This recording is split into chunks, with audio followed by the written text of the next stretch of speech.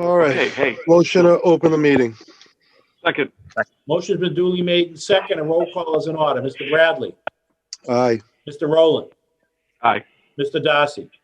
Aye. Unanimous motion to open the emergency meeting of the Board of Selectmen for Wednesday, January 6th at 3 o'clock. And the sole item on the meeting is the potential closure of municipal buildings due to the COVID numbers. So, Mike, why don't you give us the brief Yes. update or the So- overview? Absolutely, Mr. Chairman. Some facts. So 219 cases of COVID-19 confirmed in Marshfield since Christmas Eve. As folks know that have children, schools are closed for the next 2 weeks. School sports have been stopped for 2 weeks. December 10th, 2020, Marshfield made itself back into the red zone. We had X number of cases per 100,000, and we remain in the high end of the red zone.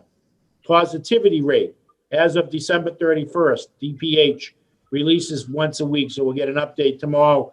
It will be much higher, but our positivity rate in Marshfield as of December 31st was 8.42%, which is very high. Total positive cases, the 14 days leading up to New Year's Eve, we had 193 cases leading up to New Year's Eve. COVID's affecting everyone and everything: schools, teachers, family, businesses, child daycares, etc. In the town of Marshfield, 868 confirmed cases since March 17, 2020, when DPH started keeping track through Maven. And sad to report, we have had 28 deaths to date.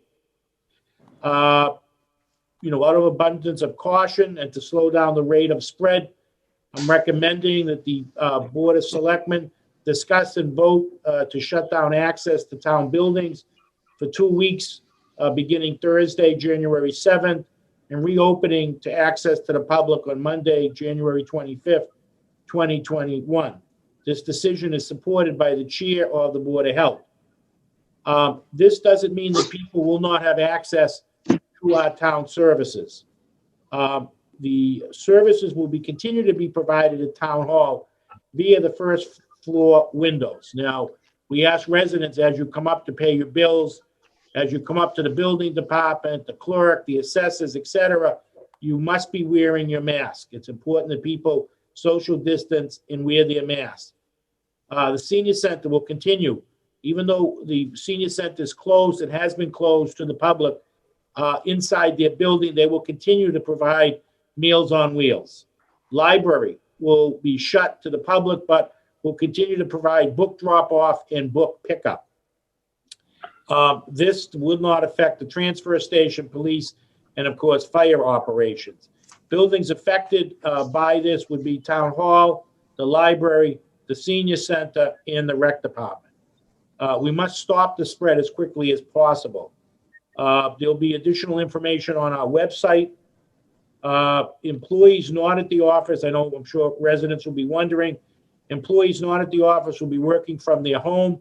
As folks remember, the Board of Selectmen was very supportive and instrumental in directing our treasurer collector and myself to make sure that we outfitted all of our employees to be able to work from home during COVID back last spring when everything was shut down. So same rules apply. If people aren't working, they need to use vacation or sick time, but if they're working at home, it's regular time.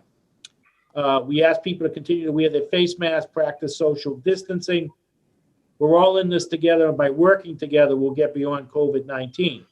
There is good news in this messaging today, is that vaccine will be delivered and first responders will begin getting their vaccine starting next week. And this affects first responders in Marshfield, police, fire, ambulance. So we're excited about that. So that's some good news. And beyond people getting services at our window, I want to remind folks that we have the kiosk, which a number of people take advantage of, and you can do things online, including getting a transfer sticker. So that is where we are to date, Mr. Chairman.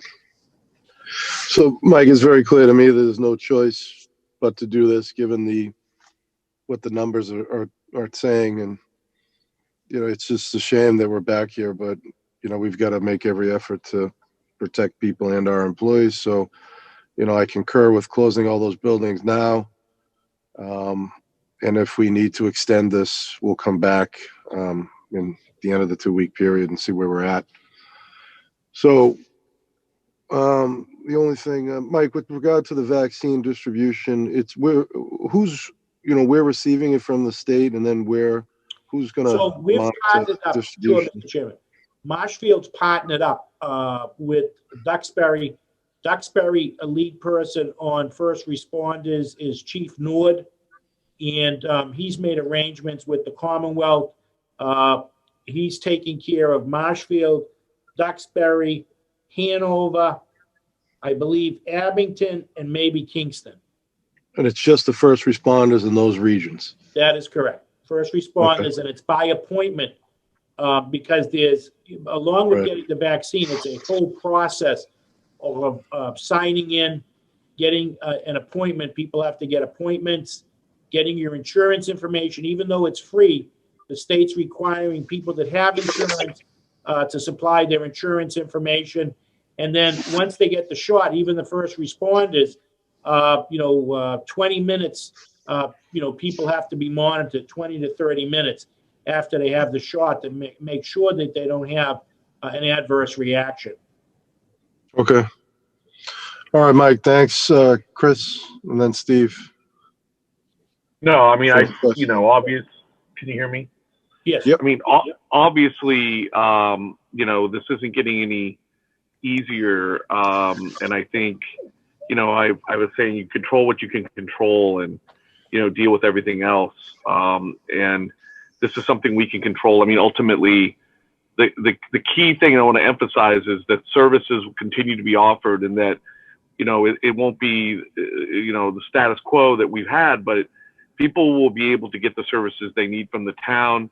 Mr. Moresco, I hope, that we continue to advertise that either, obviously on the town website, but any way we can get it out there to people, the different ways they can do different things in town.